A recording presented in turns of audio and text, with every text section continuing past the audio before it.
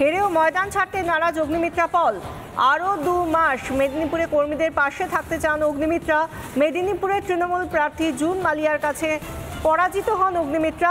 রাজ্যের বিজেপির ফল নিয়ে ফের একবার রাজ্যের মানুষের চোখ খোলার চেষ্টা। দুর্নীতি নিয়ে ফের একবার সরব হলেন। দুর্নীতির বিরুদ্ধে লড়াই জারি থাকবে অগ্নিমিত্রার এবং আগামী 2 মাস তিনি মেদিনীপুর অর্থাৎ যে কেন্দ্রে বিজেপির হয়ে তিনি প্রার্থী হয়েছিলেন, যেখান থেকে পরাজিত হয়েছেন, সেই কেন্দ্রেই কর্মীদের পাশে থাকবেন বলে জানিয়েছেন।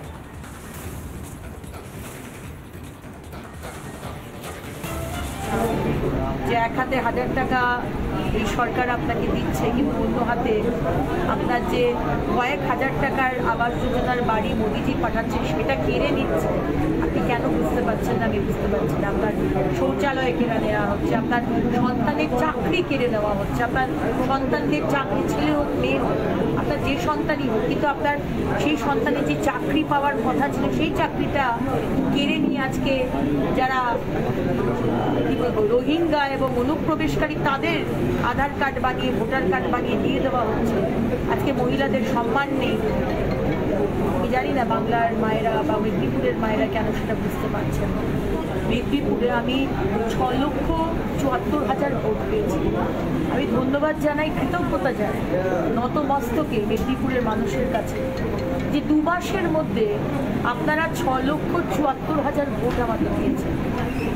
আজকে বিভিন্ন জায়গায় কিছু কিছু প্রার্থী জিতেছে 5,74,000 ভোটে, আর আমি 6,74,000 ভোট পেয়ে আমি পরাজিত হলাম, তাও সামান্য মার্জিন। সুতরাং আমার কমিটমেন্ট টুয়ার্ডস মেদিনীপুরের মানুষ, মেদিনীপুর লোকসভার মানুষ এবং মেদিনীপুরের কার্যকর্তারা, বিজেপির কার্যকর্তারা, সবার কাছে আমার কমিটমেন্ট থাকবে, ডেডিকেশন থাকবে। এবং অনেক বড় বড় প্ল্যান করেছিলাম, একটা হাসপাতাল, অন্তত এইমস বানানো হবে, একটা ইন্ডাস্ট্রি, কোনো একটা ইন্ডাস্ট্রি আনবো। আমি তো অনেক কিছুই হারালাম, কিন্তু মেদিনীপুরের মানুষ কিন্তু একজন ভালো সাংসদকে হারালাম। যেগুলো ভাবছিলেন আনবেন, সেগুলো তো আসার কি চান্স আছে? দেখুন, আমি যদি এমপি হতাম তাহলে তো আমার সেই পাওয়ারটা থাকতো নিয়ে আসা। আমি এখন এমএলএ হিসেবে সাংসদের কাজটা তো আপনি জানেন সেটা করা যায় না। পার্লামেন্টে গিয়ে আজকে আমাদের কেন্দ্র সরকার রয়েছে, তাদের কাছ থেকে কাজটাকে নিয়ে আসাটা যতটা সুবিধা হবে, সেটা তো এমএলএ হয়তো সেটা হবে না। সুতরাং দেখা যাক আমাদের যিনি, যাকে মেদিনীপুরের মানুষ, যে মানুষ তৃণমূলের প্রার্থীকে জিতিয়েছেন, তৃণমূল মেদিনীপুরের জন্য কতটা ডেভেলপমেন্টের কাজ করে সেটা দেখার বিষয়। আমিও চোখ কান খোলা রাখবো, আপনারাও দেখবেন, মেদিনীপুরের মানুষ দেখবেন। আমরা নিশ্চয়ই বাংলাকে ভাতার বাংলা করে রাখতে চাই না, তাই না? আমরা তো মাথা উঁচু করে বাঁচতে চাই।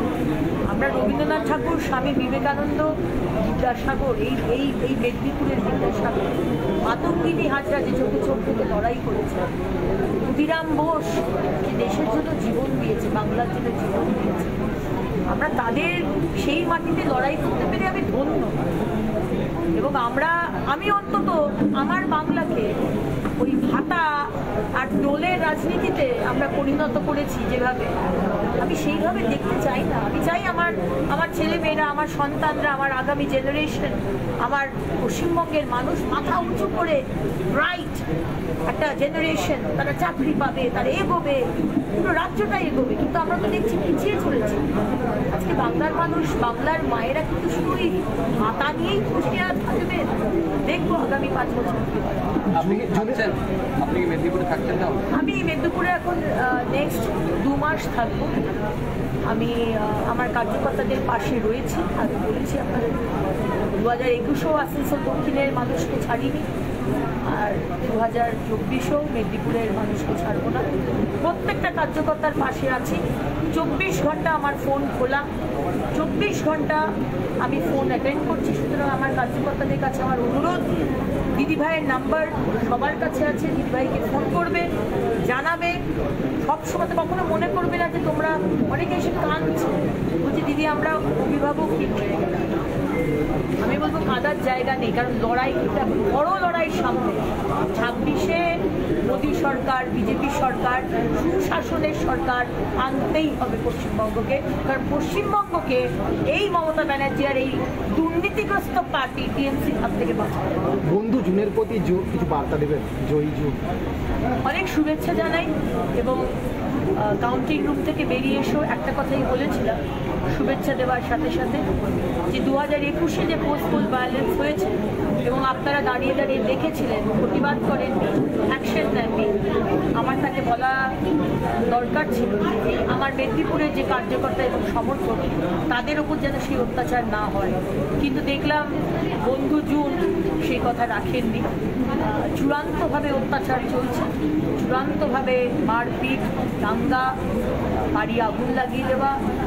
আজকে এতগুলো ভাই বোন ঘরছাড়া হয়ে আমার কার্যালয়ে রয়েছে।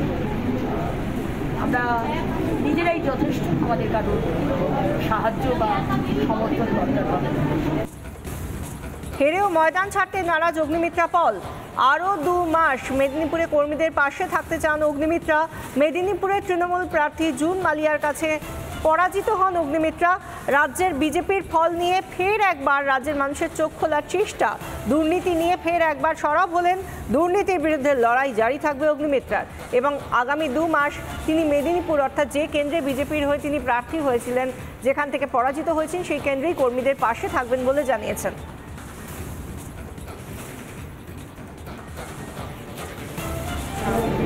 যে এক হাতে 1000 টাকা এই সরকার আপনাকে দিচ্ছে, কিন্তু অন্য হাতে আপনার যে কয়েক হাজার টাকার আবাস যোজনার বাড়ি মোদিজি পাঠাচ্ছে সেটা কেড়ে নিচ্ছে। আপনি কেন বুঝতে পারছেন না? আমি বুঝতে পারছি না। আপনার শৌচালয় কেড়ে নেওয়া হচ্ছে, আপনার সন্তানের চাকরি কেড়ে নেওয়া হচ্ছে, আপনার সন্তানদের চাকরি, ছেলে হোক মেয়ে হোক, আপনার যে সন্তানই হোক, কিন্তু আপনার সেই সন্তানের যে চাকরি পাওয়ার কথা ছিল সেই চাকরিটা কেড়ে নিয়ে আজকে যারা কি বলবো রোহিঙ্গা এবং অনুপ্রবেশকারী তাদের আধার কার্ড বানিয়ে, ভোটার কার্ড বানিয়ে দিয়ে দেওয়া হচ্ছে। আজকে মহিলাদের সম্মান নেই। আমি জানি না বাংলার মায়েরা বা মেদিনীপুরের মায়েরা কেন সেটা বুঝতে পারছেন না। মেদিনীপুরে আমি 6,74,000 ভোট পেয়েছি। আমি ধন্যবাদ জানাই, কৃতজ্ঞতা জানাই নতমস্তকে মেদিনীপুরের মানুষের কাছে, যে 2 মাসের মধ্যে আপনারা 6,74,000 ভোট আমাকে দিয়েছেন। আজকে বিভিন্ন জায়গায় কিছু কিছু প্রার্থী জিতেছে 5,74,000 ভোটে, আর আমি 6,74,000 ভোট পেয়ে আমি পরাজিত হলাম, তাও সামান্য মার্জিনে। সুতরাং আমার কমিটমেন্ট টুয়ার্ডস মেদিনীপুরের মানুষ, মেদিনীপুর লোকসভার মানুষ এবং মেদিনীপুরের কার্যকর্তারা, বিজেপির কার্যকর্তারা, সবার কাছে আমার কমিটমেন্ট থাকবে, ডেডিকেশন থাকবে। এবং অনেক বড় বড় প্ল্যান করেছিলাম, একটা হাসপাতাল, অন্তত এইমস বানানো হবে, একটা ইন্ডাস্ট্রি, কোনো একটা ইন্ডাস্ট্রি আনবো।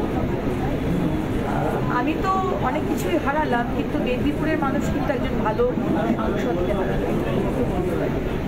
যেগুলো ভাবছিলেন আনবেন বলে সেগুলো তো মনে থাকছে, আসার কি চান্স আছে? দেখুন, আমি যদি এমপি হতাম তাহলে তো আমার সেই পাওয়ারটা থাকতো নিয়ে আসা। আমি এখন এমএলএ হিসেবে সাংসদের কাজটা তো আপনি জানেন সেটা করা যায় না। পার্লামেন্টে গিয়ে আজকে আমাদের কেন্দ্র সরকার রয়েছে তাদের কাছ থেকে কাজটাকে নিয়ে আসাটা যতটা সুবিধা হবে, সেটা তো এমএলএ হয়তো সেটা হবে না। সুতরাং দেখা যাক, আমাদের যিনি যাকে মেদিনীপুরের মানুষ, যে মানুষ তৃণমূলের প্রার্থীকে জিতিয়েছেন, তৃণমূল মেদিনীপুরের জন্য কতটা ডেভেলপমেন্টের কাজ করে সেটা দেখার বিষয়। আমিও চোখ কান খোলা রাখবো, আপনারাও দেখবেন, মেদিনীপুরের মানুষ দেখবেন। আমরা নিশ্চয়ই বাংলাকে ভাতার বাংলা করে রাখতে চাই না, তাই না? আমরা তো মাথা উঁচু করে বাঁচতে চাই। আমরা রবীন্দ্রনাথ ঠাকুর, স্বামী বিবেকানন্দ, বিদ্যাসাগর, এই মেদিনীপুরের বিদ্যাসাগর, মাতঙ্গিনী হাজরা যে চোখে চোখ থেকে লড়াই করেছে, ক্ষুদিরাম বোস যে দেশের জন্য জীবন দিয়েছে, বাংলার জন্য জীবন দিয়েছে, আমরা তাদের সেই মাটিতে লড়াই করতে পেরে আমি ধন্য। এবং আমি অন্তত আমার বাংলাকে ওই ভাতা আর দলের রাজনীতিতে আমরা পরিণত করেছি যেভাবে, আমি সেইভাবে দেখতে চাই না। আমি চাই আমার ছেলে মেয়েরা, আমার সন্তানরা, আমার আগামী জেনারেশন, আমার পশ্চিমবঙ্গের মানুষ মাথা উঁচু করে ব্রাইট একটা জেনারেশন, তারা চাকরি পাবে, তারা এগোবে, পুরো রাজ্যটা এগোবে। কিন্তু আমরা তো দেখছি পিছিয়ে চলেছি। আজকে বাংলার মানুষ, বাংলার মায়েরা কিন্তু শুধু এই মাতা নিয়েই খুশি আর থাকবে। দেখবো আগামী 5 বছর কি হয়। আপনি কি থাকছেন? আপনি কি মেদিনীপুরে থাকছেন না? আমি মেদিনীপুরে এখন নেক্সট 2 মাস থাকবো। আমি আমার কার্যকর্তাদের পাশে রয়েছি। আমি বলেছি আপনাদের 2021-ও আসানসোল দক্ষিণের মানুষকে ছাড়িনি, আর 2024-ও মেদিনীপুরের মানুষকে ছাড়বো না। প্রত্যেকটা কার্যকর্তার পাশে আছি। 24 ঘন্টা আমার ফোন খোলা, 24 ঘন্টা আমি ফোন অ্যাটেন্ড করছি। সুতরাং আমার কার্যকর্তাদের কাছে আমার অনুরোধ, দিদিভাইয়ের নাম্বার সবার কাছে আছে, দিদিভাইকে ফোন করবে, জানাবে। সবসময় তো কখনো মনে করবে না যে তোমরা, অনেকে এসে কাঁদছে, বলছি দিদি আমরা অভিভাবক কি হয়ে গেলাম। আমি বলবো কাঁদার জায়গা নেই, কারণ লড়াইটা বড় লড়াইয়ের সামনে। 26-এ মোদী সরকার, বিজেপি সরকার, সুশাসনের সরকার আনতেই হবে পশ্চিমবঙ্গকে। কারণ পশ্চিমবঙ্গকে এই মমতা ব্যানার্জি আর এই দুর্নীতিগ্রস্ত পার্টি টিএমসি হাত থেকে বাঁচাতে হবে। বন্ধু জুনের প্রতি কিছু বার্তা দেবেন, জয়ী জুন? অনেক শুভেচ্ছা জানাই এবং কাউন্টিং রুম থেকে বেরিয়ে এসেও একটা কথাই বলেছিলাম শুভেচ্ছা দেওয়ার সাথে সাথে, যে 2021-এ যে পোস্টপোল ভায়োলেন্স হয়েছে এবং আপনারা দাঁড়িয়ে দাঁড়িয়ে দেখেছিলেন, প্রতিবাদ করেননি, অ্যাকশন নেননি, আমার তাকে বলা দরকার ছিল আমার মেদিনীপুরের যে কার্যকর্তা এবং সমর্থক তাদের ওপর যেন সেই অত্যাচার না হয়। কিন্তু দেখলাম বন্ধু জুন সেই কথা রাখেননি। চূড়ান্তভাবে অত্যাচার চলছে, চূড়ান্তভাবে মারপিট, দাঙ্গা, বাড়ি আগুন লাগিয়ে দেওয়া। আজকে এতগুলো ভাই বোন ঘরছাড়া হয়ে আমার কার্যালয়ে রয়েছে। আমরা নিজেরাই যথেষ্ট, আমাদের কারোর সাহায্য বা সমর্থন দরকার হবে।